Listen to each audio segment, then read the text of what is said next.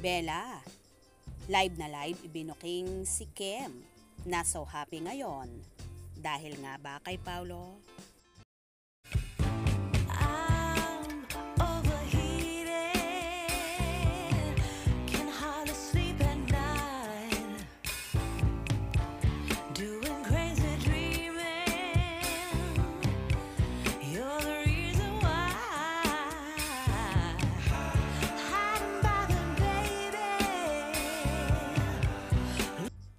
Nagkaiyakan sa It's Showtime noong Sabado sa birthday tribute para kay Kim Chiu ng programa.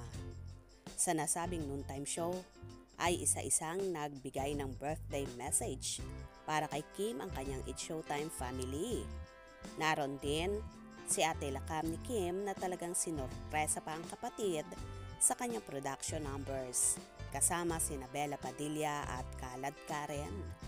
Nang nagbibigay na ng birthday message ang co-host niya, ay nagsimula ng maging emosyonal si Kim.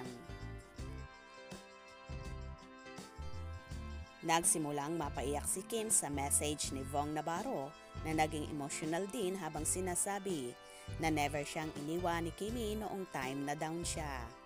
Kasi nung down ako, nandun ka eh. Naiiyak na sabi ni Vong, hindi mo ko pinabayaan doon. May mga request ako sa yung binigay mo na dapat hindi mo na kailangang gawin. Pero dahil nananatili yung pagiging magkaibigan natin, nandun ka to support me. Kaya anytime na kailangan mo ako, nandito lang ako. I love you. Ang tago sa pusong mensahe ni Vong.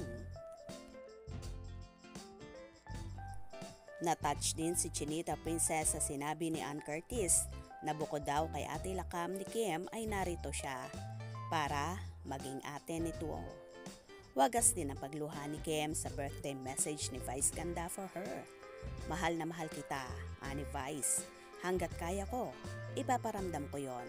Gusto kong maramdaman mo na minamahal ka kasi masarap sa pakiramdam yun eh.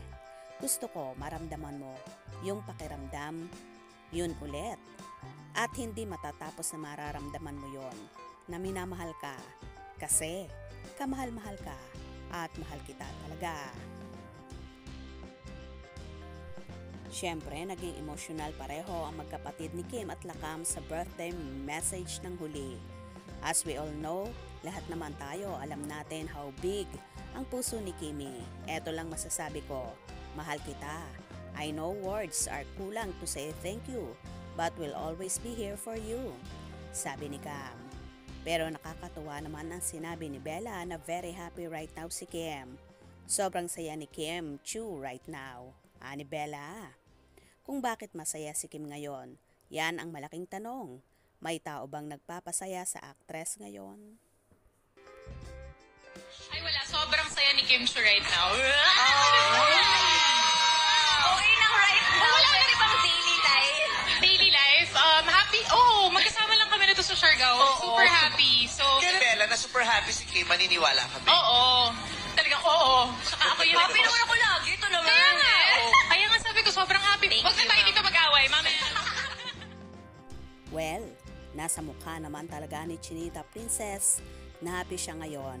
Ganun na rin sa kanyang karera na lalong bumubuho sa mga biyaya. Tila marami nga sa mga kaibigan ni Kimi ang nakakalam ng estado ng puso ng dalaga at for sure may kinalaman dyan si Paulo na nagpapasaya at nagbibigay kulay sa buhay ngayon ng multimedia idol. Kaya naman tumutok at wag na wag pahuhuli sa mga maiinit na kaganapan. Anong inyong magiging reaksyon sa bidyong ito? Comment below.